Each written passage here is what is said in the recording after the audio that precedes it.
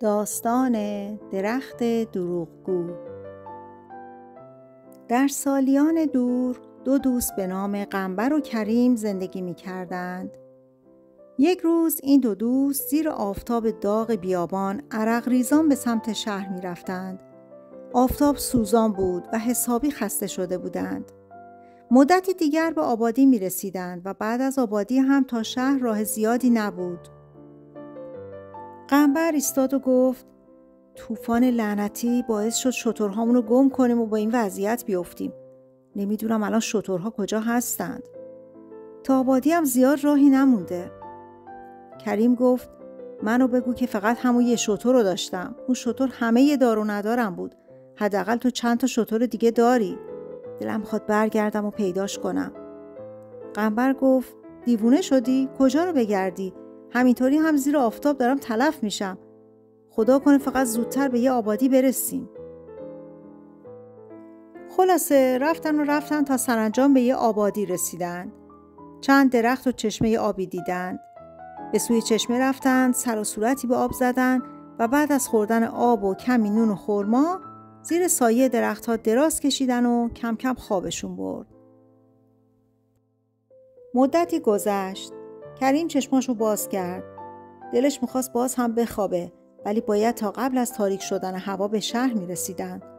بلند شد، یه آبی به سر و صورتش زد، خم شد تا بند کفششو ببنده. ناگهان یک کیسه چرمی سیاهی زیر تخت سنگ دید. کیسه چرمی رو در آورد. کیسه سنگین بود. بند دور کیسه رو باز کرد. باورش نمیشد. کیسه پر از سکه‌های طلا بود. خیلی خوشحال شد. با خودش فکر میکرد شتر گم شده دیگه چه اهمیتی داره؟ با این سکه ها میتونه صدها شتر بخره. دوید طرف قنبر. قنبر هنوز خواب بود. کنارش نشست و داد زد قنبر پاشو ببین چی پیدا کردم. قنبر یه غلطی زد، چشماشو باز کرد، یه نگاهی به کریم کرد و دوباره خوابید. کریم بلندتر داد زد پاشو، باورت نمیشه چی پیدا کردم. کیسه رو بالای سر قنبر تکون داد. صدای سکه ها قنبر از جا پروند. کیسه رو گرفت و گفت این چیه؟ از کجا پیدا کردی؟ کریم گفت زیر اون تخت سنگ. اطراف رو هم نگاه کردم، هیچ کس نبود. انگار این هدیه رو خدا برای ما فرستاده برای جبران گم شدن شترها. قنبر گفت آره شاید از طرف خدا باشه. به هر حال الان این سکه ها مال ماست. کریم که مردی ساده دل و درستکار و دوستی یک رنگ بود گفت آره مال ماست. نصفش مال تو، نصفش هم مال من. قنبر که آدم طماعی بود فکری کرد. اون میخواست که بیشتر سکه ها مال اون باشه. در یه لحظه نقشه‌ای به ذهنش رسید. گفت ولی من نظرم اینه که اگه همه سکه ها رو برداریم به شهر ببریم بخوایم بفروشیم، شاید فکر کنن ما اونا رو دزدیدیم، یا اینکه اصلا کسی به سرش بزنه که سکه ها رو از چنگمون در بیاره. من میگم بیا به اندازه نیازمون از سکه ها برداریم، بقیه رو زیر یکی از این درخت‌ها قایم میکنیم. هر موقع که به پول نیاز داشتیم برمیگردیم و ازش برمیداریم. کریم که اهل دوز و کلک نبود سریع قبول کرد. مقداری از سکه ها رو از کیسه برداشتن و بین خودشون تقسیم کردن. بعد کیسه رو زیر درخت بزرگی پنهان کردن و تخت سنگی هم روی اون گذاشتن و بعد خوشحال و خندون به سمت شهر رفتند. چند هفته گذشت. قنبر سکه‌هاشو خرج کرد. دیگه پولی براش نمونده بود. تصمیم گرفت نقشش رو عملی کنه. یک روز غروب آفتاب از شهر خارج شد. مدتی راه رفت تا به درخت رسید. اطرافش رو نگاه کرد. هیچ کس نبود. با عجله تخت سنگ رو برداشت، زمین رو کند، کیسه رو برداشت و در شال دور کمرش گذاشت و دوباره گودال رو پر کرد و تخت سنگ رو سر جاش گذاشت و شبانه به شهر برگشت. بلافاصله به خونه رفت و سکه ها رو در جایی پنهان کرد. چند روز بعد قنبر به سراغ کریم رفت و گفت وقت اونه که بریم کمی دیگه از سکه ها برداریم. کریم هم که به پول نیاز داشت موافق بود.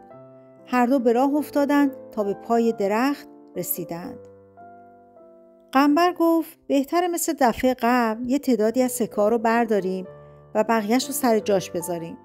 کریم قبول کرد. تخت سنگ رو بلند کردن و کریم تند شروع کرد به کندن زمین. هر چی میکند به کیسه نمیرسید. با شدت بیشتری شروع به کندن زمین کرد. اما نه، هیچ خبری از کیسه نبود. خسته و ناامید به قنبر نگاه کرد. قنبر قیافه حیرت زده‌ای به خودش گرفت و گفت غیر از من و تو هیچ کس از این راز خبر نداشت. معلومه که خودت سکه رو برداشتی. کریم از همه جا بی خبر با ناراحتی گفت من هرگز این کار رو نمی کنم. هیچ وقت به تو خیانت نمی کنم. شاید اون روز کسی اینجا بوده و ما رو دیده. قنبر با عصبانیت ساختگی گفت خودت گفتی اون روز هیچ کس اینجا نبوده. پولها رو دزدیدی، گناهش رو هم گردن دیگرون میندازی. من از دستت شکایت میکنم. کریم خیلی ناراحت شد. نه برای گم شدن سکه ها، بلکه برای تهمتی که قنبر به اون زد و این که میخواست از اون شکایت هم بکنه. چاره‌ای نبود. راه افتادن رفتن به سمت شهر. همین که به شهر رسیدن، قنبر به سراغ قاضی شهر که پیرمردی دنیا دیده و با تجربه بود رفت و سیر تا پیاز ماجرا رو برای قاضی تعریف کرد. قاضی گفت خب پس سکه ها ناپدید شدند و تو فکر میکنی که کار دوستت باشه. آیا برای این ادعا شاهدی هم داری؟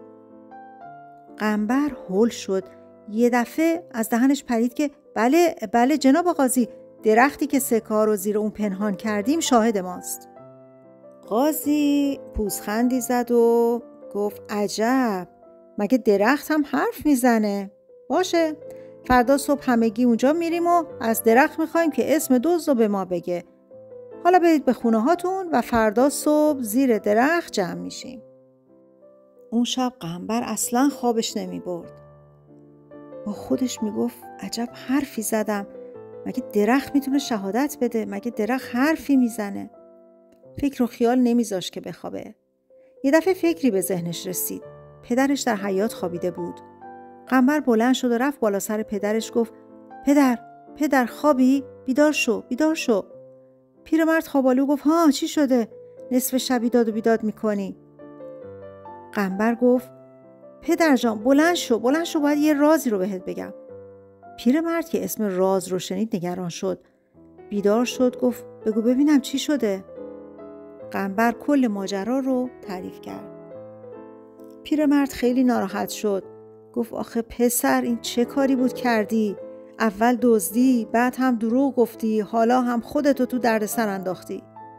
قنبر گفت پدر جان تو میتونی کمکم کنی. الان با هم میریم پای اون درخت بزرگیه و در تنش یه شکافی داره، میتونی راحت توی اون شکاف قایم بشی. قاضی که اسم دزد رو از درخت پرسید تو اسم کریم رو به زبون بیار. پیرمرد اول نمیخواست قبول کنه. دلش رضایت نمیداد که یک گناهکار شناخته بشه، ولی از طرفی پسرش هم بدجوری تو دردسر افتاده بود. به ناچار پذیرفت. پدر و پسر نیمه شب به محل درخت رفتند. دمدمای صبح بود که قاضی و کریم به محل درخت رسیدند. قاضی گفت خب ببینیم این درخت چطور میخواد شهادت بده. رفت نزدیک درخت و پرسید ای درخت تنومند، میتونی به همون بگی که چه کسی کیسه پول رو دزدید؟ پدر قنبر که داخل شکاف درخت پنهان شده بود به آرامی گفت کریم که الان همینجاست. کریم از تعجب زبونش بند اومده بود. برگشت به طرف قاضی و گفت به خدا قسم میخورم که کار من نبوده. این درخت دروغ میگه. به خدا من ندزدیدم. قاضی لبخندی زد و گفت نگران نباش پسر. فعلا برو مقداری هیزم جمع کن و بیار. کریم حسابی گیج شده بود. نمیدونست منظور قاضی چیه. ولی اطاعت کرد. رفت و بعد از چند دقیقه با مقداری هیزم برگشت. قاضی دستور داد هیزم رو دور درخت بچینن و بعد اونها رو آتش زد. قنبر ترسیده بود. نگران پدرش بود. دور درخت پر از آتش شده بود و دود غلیظی هم فضا رو پر کرده بود. چند دقیقه نگذشته بود که پیرمرد بیچاره که طاقت اون همه گرما و دود رو نداشت، سرفه کنان و در حالی که از چشماش اشک جاری میشد، از شکاف درخت خارج شد و بیحال به زمین افتاد.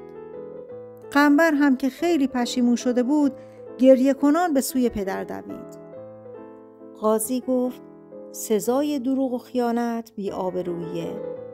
با این کار هم آبروی خودت رو بردی و هم آبروی این پیرمرد بیچاره رو. حالا پدرتو بغل کن تا به شهر برگردیم. قنبر پدرش رو روی دوشش انداخت و به راه افتادند. قنبر به خوبی میدونست که جز زندان و بی‌آبرویی چیز دیگه‌ای در انتظارش نیست. دوستان عزیزم، امیدوارم که از این داستان لذت برده باشین. خوشحال میشم که نظراتتون رو برام کامنت کنید. خدا نگهدار.